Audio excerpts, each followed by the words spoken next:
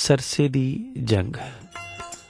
दूसरे दौर की शुरुआत करते हैं जी आपां और दूसरे दौर दे विच शुरुआत सरसे दी उस जंग तो है जी।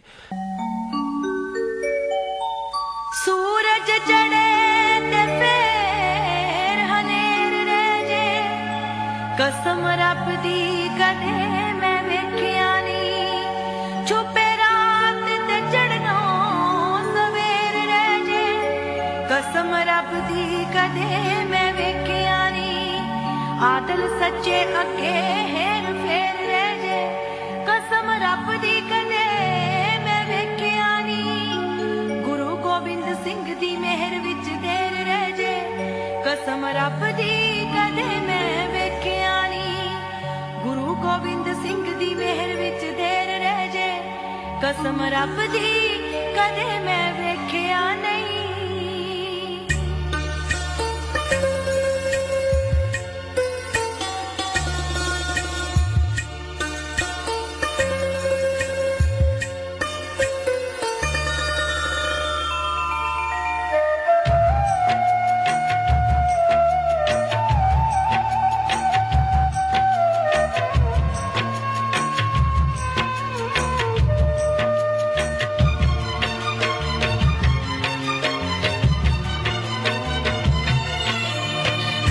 चुलिया खुदा दा आइयां पानी दियां छल्लां, कहर चुलिया खुदा दा आइयां पानी दियां छल्लां, होया सच्चियो अखीरी अन होनियां जो गल्लां, होनी गई डाडी कहर गुजार, सरसा दे वे पानियां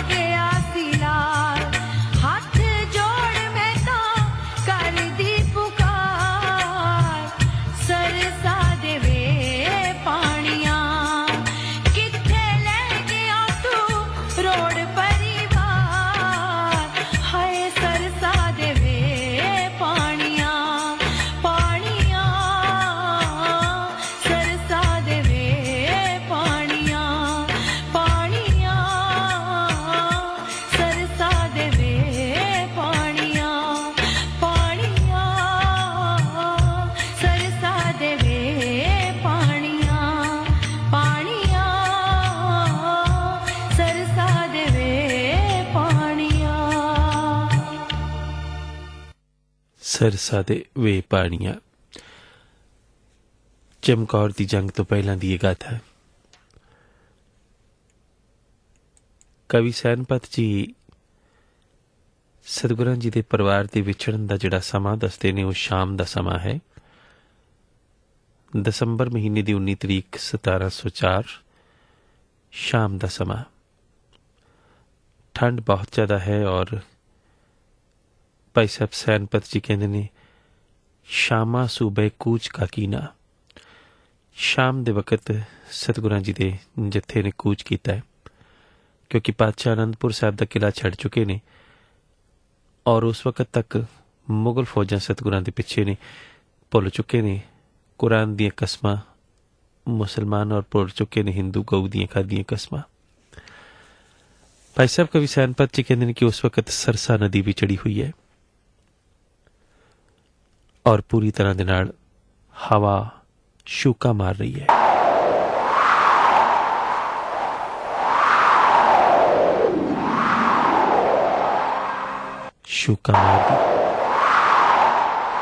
ਸ਼ੂਕਾ ਮਾਰਦੀ ਇਸ ਹਵਾ ਦੇ ਵਿੱਚ ਸਤਿਗੁਰ ਪਾਤਸ਼ਾਹ ਜੀ ਦਾ ਪਰਿਵਾਰ, ਜਿਸ ਜਗ੍ਹਾ ਉੱਪਰ ਅੱਜ ਪਰਿਵਾਰ ਵਿਛੋੜਾ ਗੁਰਦੁਆਰਾ ਹੈ, ਉੱਥੇ ਵਿਛੜਿਆ ਹੈ। ਗੁਰੂ ਜੀ ਦੇ ਚਾਰੇ ਸਾਹਿਬਜ਼ਾਦੇ, ਪੰਜ ਪਿਆਰੇ, ਮਾਤ ਸਾਹਿਬ ਮਾਤ ਗੁਜਰੀ ਜੀ, ਮਾਤ ਸਾਹਿਬ ਮਾਤ ਸੁੰਦਰੀ ਜੀ, ਮਾਤ ਸਾਹਿਬ ਦੇਵਾ ਜੀ ਕੁਝ ਸਿੰਘਾਂ ਦੇ ਨਾਲ ਪਹਿਲਾਂ ਹੀ ਨਿਕਲੇ ਅਤੇ ਪਿੱਛੋਂ ਸਿੰਘਾਂ ਦੇ ਜੱਥੇ ਕੁਝ ਵਕਫੇ ਬਾਅਦ ਆਉਂਦੇ ਰਹੇ। ਜਦ ਮੁਗਲ ਫੌਜਾਂ ਨੂੰ ਗਈ ਰਾਤ ਗੁਰੂ ਜੀ ਦੇ ਪਰਿਵਾਰ ਸਮੇਤ ਕਿਲਾ ਛੱਡ ਜਾਣ ਦਾ ਪਤਾ ਲੱਗਾ ਤਾਂ ਕਈ ਦਸਤੇ ਸਰਸਾ ਵੱਲ ਵਜ਼ੀਰ ਖਾਨ ਨੇ ਭੇਜੇ। ਸਰਸਾ ਕਿਨਾਰੇ ਹੀ ਭਿਆਨਕ ਜੰਗ ਹੋਈ ਹੈ। ਸਰਸਾ ਵੀ ਬਾਰਿਸ਼ ਦੇ ਕਾਰਨ ਚੜੀ ਹੋਈ ਹੈ। ਭਾਈ ਉਦੇ ਸਿੰਘ ਜਿਨ੍ਹਾਂ ਰਾਜ ਕੇਸਰੀ ਚੰਦ ਦਾ ਜੰਗ ਦੇ ਵਿੱਚ ਸਿਰ ਉਤਾਰਿਆ ਸੀ, ਪਿੱਛੇ ਮੁੜ ਕੇ ਫੌਜੀ ਦਸਤਿਆਂ ਨੂੰ ਰੋਕ ਰਹੇ ਨੇ, ਪਰ ਮੁਗਲਾਂ ਦੀ ਗਿਣਤੀ ਇੰਨੀ ਵੱਧ ਹੈ ਕਿ ਉਹ ਉੱਥੇ ਹੀ ਜਾਮੇ ਸ਼ਹਾਦਤ ਪੀ ਗਏ। ਇਸ ਗੱਲ ਦਾ ਜ਼ਿਕਰ ਗੁਰਬਿਲਾਸ ਪਾਤਸ਼ਾਹੀ 10ਵੀਂ ਦੇ ਇਤਿਹਾਸ 16ਵਾਂ ਦੇ ਵਿੱਚ ਇਸ ਤਰ੍ਹਾਂ ਕੀਤਾ ਹੈ।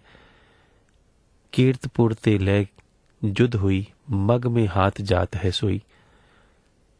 ਭਾਵ ਭਾਈ ਉਦੇ ਸਿੰਘ ਸਾਹਿਬ ਜੀ ਨੇ ਕੀਰਤਪੁਰ ਤੱਕ ਜ਼ਖਮਾਂ ਦੀ ਤਾਬ ਦੇ ਨਾਲ ਜੰਗ ਲੜੀ, ਭਾਵ ਖੰਡਾ ਖੜਕਾਇਆ।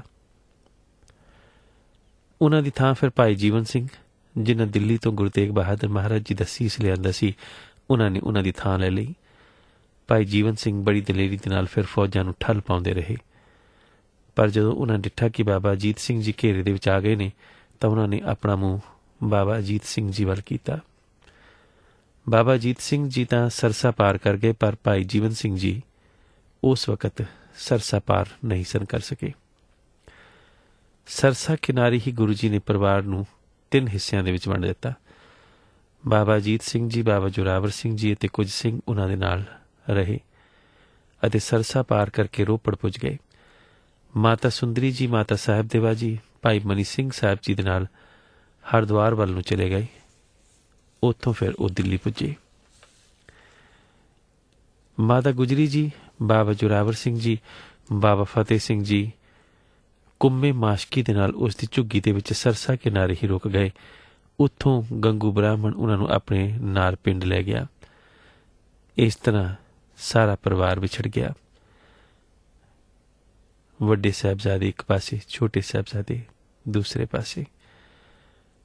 ਔਰ ਇਸ ਭਿਆਨਕ ਰਾਤ ਤੋਂ ਬਾਅਦ ਫਿਰ ਸ਼ੁਰੂ ਹੋਈ ਸੰਸਾਰ ਦੀ ਉਹ ਅਨੋਖੀ ਜੰਗ, ਜਿਹਨੂੰ ਦੁਨੀਆ ਦੇ ਇਤਿਹਾਸ ਦੇ ਵਿੱਚ ਹੋਰ ਕੋਈ ਮਿਸਾਲ ਜਿਸ ਦੀ ਨਹੀਂ ਹੈ। 20 ਦਸੰਬਰ ਦੀ ਰਾਤ ਸਤਿਗੁਰਾਂ ਜੀ ਨੇ ਰੋਪੜ ਦੇ ਨੇੜੇ ਕੱਟੀ ਹੈ। ਮੁਗਲ ਫੌਜਾਂ ਸਾਰੀ ਰਾਤ ਪਿੱਛਾ ਕੀਤਾ ਹੈ। 21 ਦਸੰਬਰ ਭਾਵ ਕੱਲ੍ਹ ਦਾ ਸਾਰਾ ਦਿਨ ਗੁਰੂ ਜੀ ਰੋਪੜ ਹੀ ਰਹੇ ਅਤੇ ਕੋਟਲਾ ਨਿਹੰਗ ਸਿੰਘ ਦੇ ਪਠਾਨ ਨੇ ਰਾਖੀ ਰੱਖੀ ਅਤੇ ਜਾਨ ਤੇ ਖੇਡ ਕੇ ਵੀ ਸਤਿਗੁਰਾਂ ਉੱਪਰ ਕੋਈ ਆਂਚ ਨਹੀਂ ਆਉਣ ਦਿੱਤੀ। 21 ਦਸੰਬਰ ਦੀ ਰਾਤ ਨੂੰ ਹੀ ਆਪ ਜੀ ਨੇ ਚਮਕੌਰ ਜਾਣ ਦਾ ਫੈਸਲਾ ਕਰ ਲਿਆ। ਉੱਥੋਂ ਦੇ ਜ਼ਮੀਂਦਾਰ ਚੌਧਰੀ ਬੁੱਧੀ ਚੰਦ ਨੇ ਆਪ ਆ ਕੇ ਬੇਨਤੀ ਕੀਤੀ ਕਿ ਰੋਪੜ ਦੇ ਖੁੱਲ੍ਹੇ ਮੈਦਾਨ ਦੇ ਨਾਲੋਂ ਇੱਕ ਹਵੇਲੀ ਹੈ ਭਾਵੇਂ ਕੱਚੀ ਹੈ, ਇਸ ਨੂੰ ਕੱਚੀ ਗੜੀ ਹੀ ਸਮਝ ਲਓ, ਕੁਛ ਦੇਰ ਤਾਂ ਬਚਾ ਹੋ ਹੀ ਸਕਦਾ ਹੈ। ਗੁਰੂ ਗੋਬਿੰਦ ਸਿੰਘ ਮਹਾਰਾਜ ਜੀ ਪਹਿਲਾਂ ਵੀ ਉਸ ਗੜੀ ਦੇ ਵਿੱਚ ਕਈ ਦਿਨ ਕੁਰੂਕਸ਼ੇਤਰ ਤੋਂ ਮੁੜਦਿਆਂ ਠਹਿਰ ਚੁੱਕੇ ਸਨ, ਰਹਿ ਚੁੱਕੇ ਸਨ। ਕੈਸੀ ਬਹਾਦਰੀ ਭਰੀ ਜਾ ਚੁੱਕੀ ਸੀ ਪੰਜਾਬ ਦੇ ਲੋਕਾਂ ਦੇ ਵਿੱਚ। ਉਸ ਦੀ ਝਾਂਕੀ ਚੌਧਰੀ ਬੁੱਧੀ ਚੰਦ ਜੀ ਦੇ ਆਖੇ ਸ਼ਬਦ ਨੇ। ਉਹ ਜਾਣਦਾ ਸੀ ਕਿ ਗੁਰੂ ਜੀ ਦੇ ਪਿੱਛੇ ਇਸ ਵਕਤ ਮੁਗਲ ਫੌਜਾਂ ਆ ਰਹੀਆਂ ਨੇ ਔਰ ਗੁਰੂ ਜੀ ਨੂੰ ਟਿਕਾਣਾ ਦੇਣ ਦਾ ਮਤਲਬ ਆਪਣੀ ਜਾਨ ਉੱਪਰ ਖੇਡਣਾ ਹੈ। ਪਰ ਉਸ ਨੇ ਗੁਰੂ ਜੀ ਵੱਲ ਮੁੱਖ ਕੀਤਾ ਸੀ। ਗੁਰਸਿੱਖ ਦਾ ਕਰਮ ਗੁਰੂ ਵੱਲ ਮੁੱਖ ਕਰਨਾ ਹੈ। ਜਿਹੜਾ ਗੁਰੂ ਵੱਲ ਮੁੱਖ ਕਰਦਾ ਹੈ ਉਹ ਗੁਰੂ ਵੱਲੋਂ ਮੁੱਖ ਕਦੀ ਮੋੜਦਾ ਨਹੀਂ। ਜ਼ਮੀਂਦਾਰ ਨੇ ਆ ਕੇ ਬੇਨਤੀ ਕੀਤੀ ਕਿ ਗੁਰੂ ਮਹਾਰਾਜ, ਤੁਸੀਂ ਸਾਡੇ ਲਈ ਇੰਨੇ ਤਸੀਹੇ ਚੱਲੇ, ਇੰਨੇ ਕਸ਼ਟ ਚੱਲ ਰਹੇ ਹੋ ਜਿਸ ਦਾ ਕਿ ਕੋਈ ਅੰਤ ਨਹੀਂ, ਕੋਈ ਹਿਸਾਬ ਨਹੀਂ। ਆਪ ਜੀ ਦੀ ਕੋਈ ਸਹਾਇਤਾ ਅਸੀਂ ਕਰ ਵੀ ਸਕਦੇ ਹਾਂ, ਸਾਨੂੰ ਨਹੀਂ ਪਤਾ। ਅਸੀਂ ਜਿੰਨੇ ਜੋਗੇ ਹਾਂ ਸਤਿਗੁਰੂ ਆਪ ਜੀ ਦੇ ਚਰਨਾਂ ਵਿੱਚ ਹਾਜ਼ਰ ਹਾਂ। ਇਸ ਖੁੱਲੀ ਥਾਂ ਦੇ ਨਾਲੋਂ ਹਵੇਲੀ ਦੇ ਵਿੱਚ ਚਲੋ, ਕੁਝ ਦੇਰ ਤਾਂ ਬਚਾ ਹੋਵੇਗਾ। ਇਸ ਗੱਲ ਦਾ ਬਿਰਤਾਂਤ ਕਵੀ ਸੈਨਪਤ ਜੀ ਨੇ ਕੁਝ ਇਸ ਤਰ੍ਹਾਂ ਲਿਖਿਆ ਹੈ। ਖਬਰ ਸੁਣੀ ਜ਼ਮੀਂਦਾਰ ਨੇ ਮਦ ਬਸੇ ਚਮਕੌਰ, ਸੁਨਤ ਬਚਨ ਤਤਕਾਲ ਹੀ ਵਹ ਆਇਓ ਉਡ ਦੌਰ। हाथ जोर ऐसे कहो बिनती सुनो करतार, बसो मद चमकौर के अपनी कृपा तार। तभे स्वार साहिब पए छाड़ बाग की ठौर, सिंह साब सब ही लिए आए बसे चमकौर। अगले दिन फिर संसार का अनोखा जंग होया, जिस जंग का आपां वर्णन कल विस्तार दे नाल करना है।